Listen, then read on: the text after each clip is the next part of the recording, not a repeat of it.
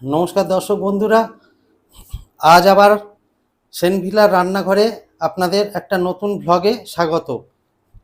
আজ আমি এই প্রচণ্ড গরমের দিনে একটা হালকা খাবার বানিয়ে দেখাবো। সেটা হচ্ছে চারাপোনার ঝোল কিছু সবজি দিয়ে। আমি এই সাইজের 4টে মৃগেল চারা নিয়ে নিয়েছি এবং সেগুলোকে পরিষ্কার করে ধুয়ে তার কানকোগুলো ফেলে দিয়ে একদম নিট অ্যান্ড ক্লিনভাবে নিয়েছি। এবার এগুলোকে ম্যারিনেট করে কিছুক্ষণ রাখবো, আর তার সাথে যে সবজিগুলো ব্যবহার করব সেটা আপনাদের দেখাই। এখানে আমি নিয়ে নিয়েছি 4টে পটল, একটা বেগুন, হাফ টমেটো এবং 3 পিস আলু, আর এর সাথে দেব কিছু বড়ি। চলুন আগে মাছগুলোকে ম্যারিনেট করে ফেলা যাক। এতে দিলাম সামান্য নুন,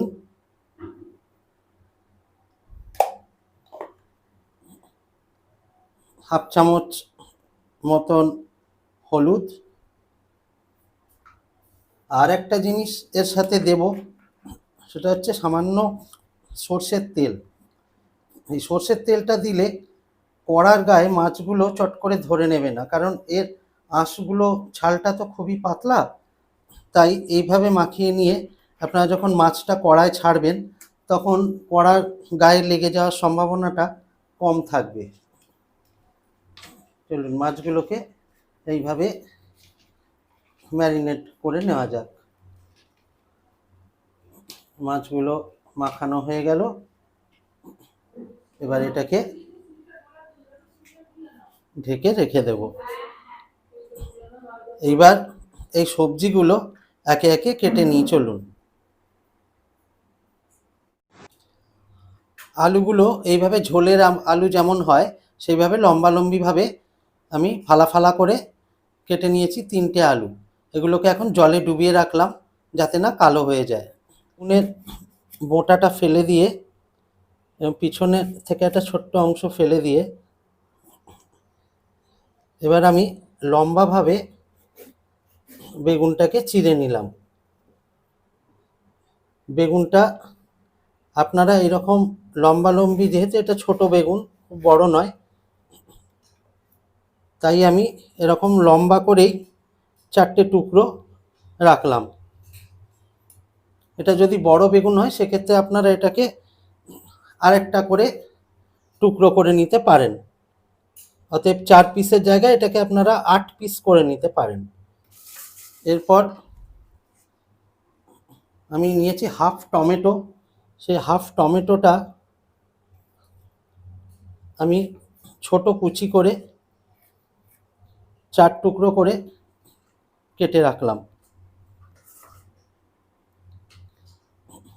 এখানে 4টে পটল নিয়েছি, এক এক করে এই 4টে পটল আমি কেটে নেব। এইভাবে পটলগুলোকে ছাড়িয়ে নিয়ে সামান্য সামান্য খোসা থাকবে, তারপরে এগুলোকে আমি সবকটা হাফ হাফ করে চিড়ে নিলাম। তাহলে চলুন আরেকবার আপনাদের মাছের ঝোলের উপকরণগুলো দেখিয়ে নিই। এখানে আলু কাটা রয়েছে জলে ডোবানো, এখানে বেগুন, পটল, এখানে একটু ধনেপাতা ভিজিয়ে রেখেছি, শেষে দেব কুচি করে ভিজিয়ে, আর হাফ টমেটো কেটে নিয়েছি 4 টুকরো করে, 5টা কাঁচা লঙ্কা নিয়েছি, এখানে আমি গুঁড়ো লঙ্কা ব্যবহার করব না, আর একটা শুকনো লঙ্কা ফোড়নের জন্য, এবং একটু আদা নিয়েছি, এটাকে আমি পরে ঘষে দেব। রয়েছে বড়ি, আর মাছ তো আমি আগেই ম্যারিনেট করে রেখেছি। চলুন এবার রান্নাটা বসানো যাক। রান্নাটা করার জন্য আমি নিয়ে নিয়েছি একটা অ্যালুমিনিয়ামের কড়াই, এবং এতে আমি কিছুটা সাদা তেল দিয়ে দিলাম, এবং তার সাথে একটুখানি সর্ষের তেলও দেব যাতে টেস্টটা আর একটু ভালো হয়। তেলটা চাইলে আপনারা একবারেও পরিমাণ করে সবজি এবং মাছ সব কিছুর জন্য দিতে পারেন, আবার যদি মনে হয় যে প্রথমে মাছ ভাজার জন্য তেল দেবেন তাহলে সেইভাবে দিয়ে পরে সবজির জন্য তেল দিতেও পারেন।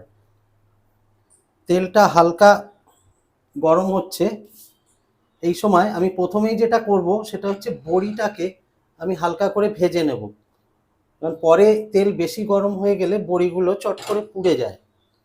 তাই আমি এখন এই হালকা আঁচে বড়িগুলো আগে ভেজে নিচ্ছি।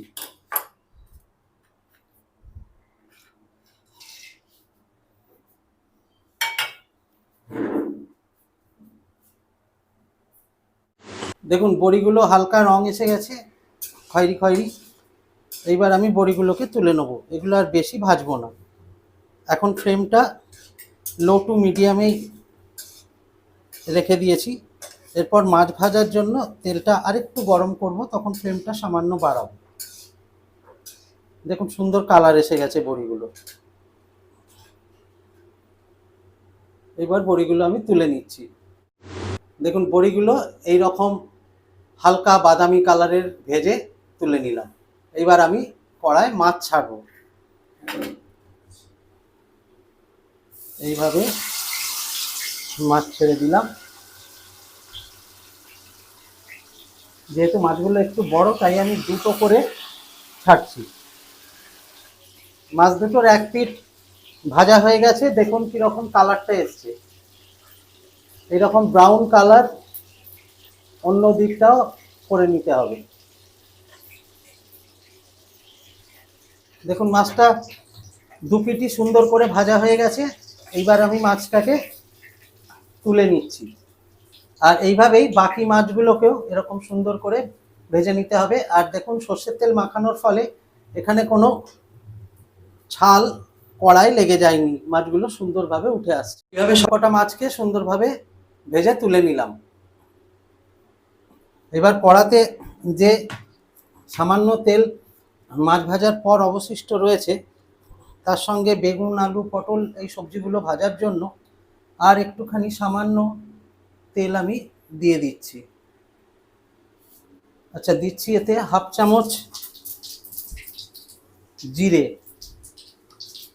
শুকনো লঙ্কা একটা, কাঁচা লঙ্কা, টমেটো আর আদা ঘষে দেব একটু পরে।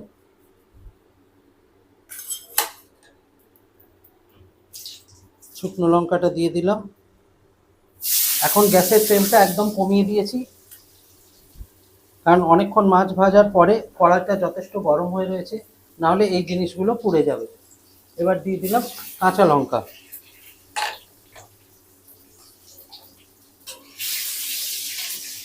এবার এগুলো হালকা ভাজা ভাজা হয়ে এলে হালকা একটুখানি নাড়াচাড়া, বেশিক্ষণের নয়, ফোড়নটা ভাজতে যেইটুকু সময় লাগে।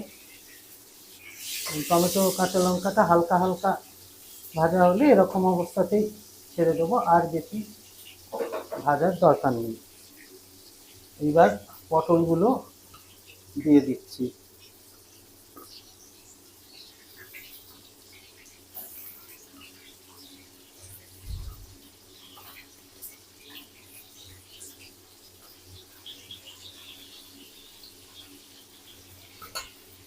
পটল আর 4 টুকরো বেগুন দিয়ে দিলাম। এইবার এগুলোকে উল্টে পাল্টে নাড়াচাড়া করে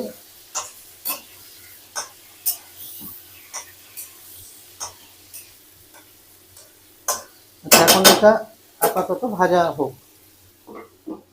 চাপা দিয়ে দিলাম আর ফ্লেমটা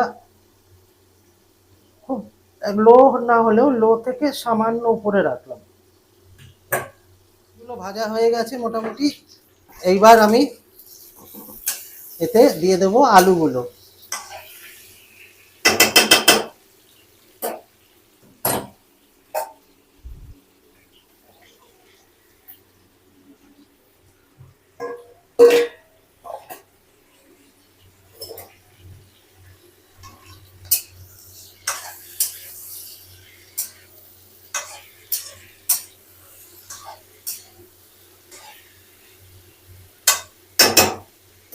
আলুগুলো একটু হালকা ভাজা হয়ে যাক,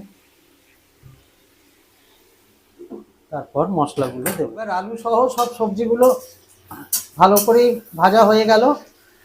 এইবার এতে চলুন হলুদ, ধনে জিরে গুঁড়ো ইত্যাদি সব কিছু দিয়ে দেব।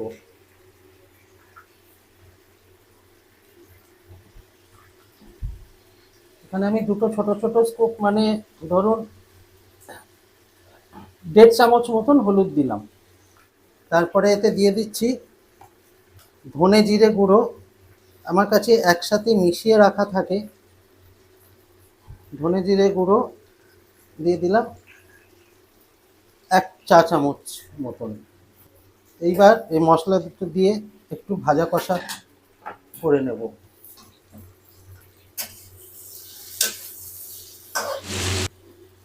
হালকা করে 1/4 চামচ থেকে 1/2 চামচের মতন কাশ্মীরি লঙ্কা গুঁড়ো দিয়ে দিতে পারেন কালারের জন্য। আমি এখানে সামান্য করেই ব্যবহার করলাম। এখন লো ফ্লেমে একটু মশলাটা কষুক।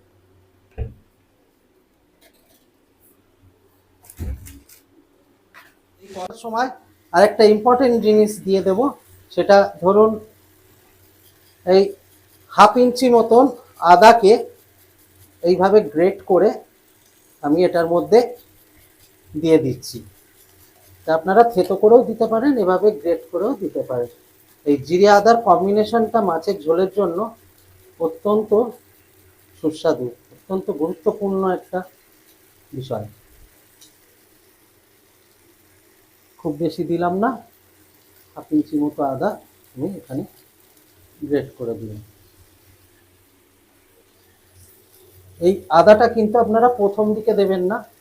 এই আদাটা সব কিছু এইরকম ভাজা হয়ে গেলে, সব মশলাগুলো মোটামুটি কিছুটা ভাজলে তারপর আদাটা দেবেন, নয়তো আদাটা পুড়ে যাবে আর আদার ফ্লেভারটা ভালো করে পাওয়া যাবে না।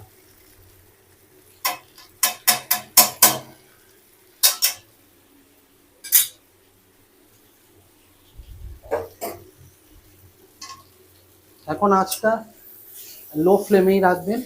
এইবার এইটাকে আদাটাকে বাকি সবজিগুলো মশলাগুলোর সাথে মিশিয়ে দিচ্ছি। বেগুনটা একটু সাবধানে নাড়াচাড়া করবেন, কিংবা বেগুনটা ভাজা হলে আলাদা করে একটু তুলেও রাখা যেতে পারে। একটা সুন্দর ভাজা কষার গন্ধ এসছে, কিন্তু যদিও এতে মশলা খুবই কম। জলটা দেব পরিমাণ মতো। জলের পরিমাণটা আপনারা যেরকম ঝোল রাখতে চান সেই অনুযায়ী আপনারা দেবেন।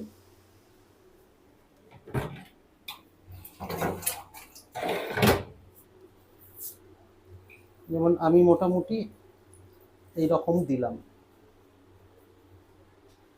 এবার স্বাদ মতো নুন আর সামান্য চিনি দিয়ে দেব। এটা যারা যেমন নুন খান বা খাওয়ার প্রয়োজন থাকে সেই অনুযায়ী ব্যবহার করবেন। আমি এখানে আমার স্বাদ অনুযায়ী একটা মোটামুটি নর্মাল দিলাম, 1 চামচ মতন চিনি।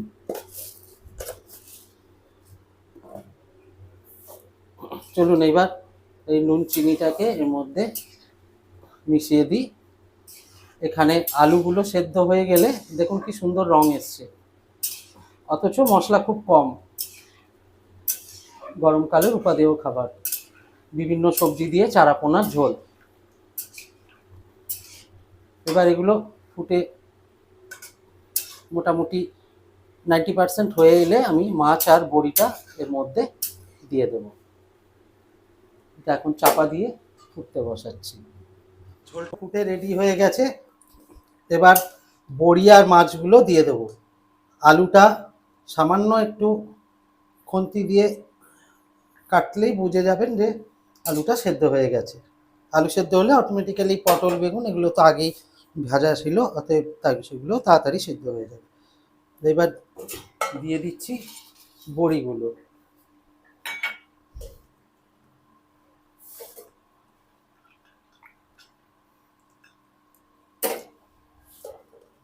আর মাছগুলো এই সময় ছেড়ে দেব, আর 2-3 মিনিট ফুটিয়ে বন্ধ করে দেব। মাছগুলো সাবধানে এক এক করে এইভাবে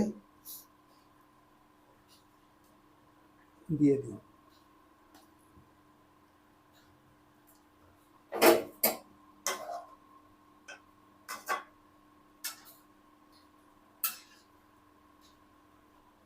আর 2-3 মিনিট ফুটিয়ে বন্ধ করে দেব।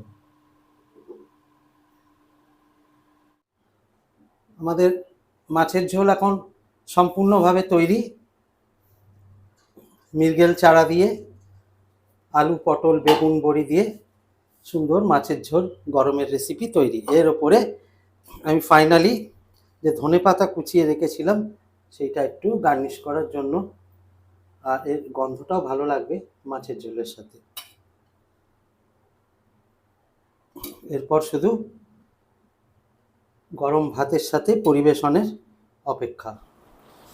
তাহলে এখন আমাদের গরম গরম ভাতের সাথে এই চারাপোনার ঝোল এবং সেই চারাপোনার ঝোলে আলু, পটল, বেগুন, বড়ি দিয়ে দেখুন কি সুন্দর হয়েছে। এবার গরম গরম ভাতের সাথে পরিবেশন করুন, নিজেও খান। আজকের রান্নাটা কেমন লাগলো অবশ্যই কমেন্ট করে জানাবেন, আর রেসিপিটা নিজেরাও একবার ট্রাই করে দেখবেন কীরকম লাগে। যদি ভালো লেগে থাকে তাহলে একটা লাইক অবশ্যই করবেন এবং সাবস্ক্রাইব করে সেনভিলার রান্নাঘর চ্যানেলটাকে বেড়ে উঠতে সাহায্য করবেন। ধন্যবাদ। সবাই ভালো থাকবেন এবং সুস্থ থাকবেন।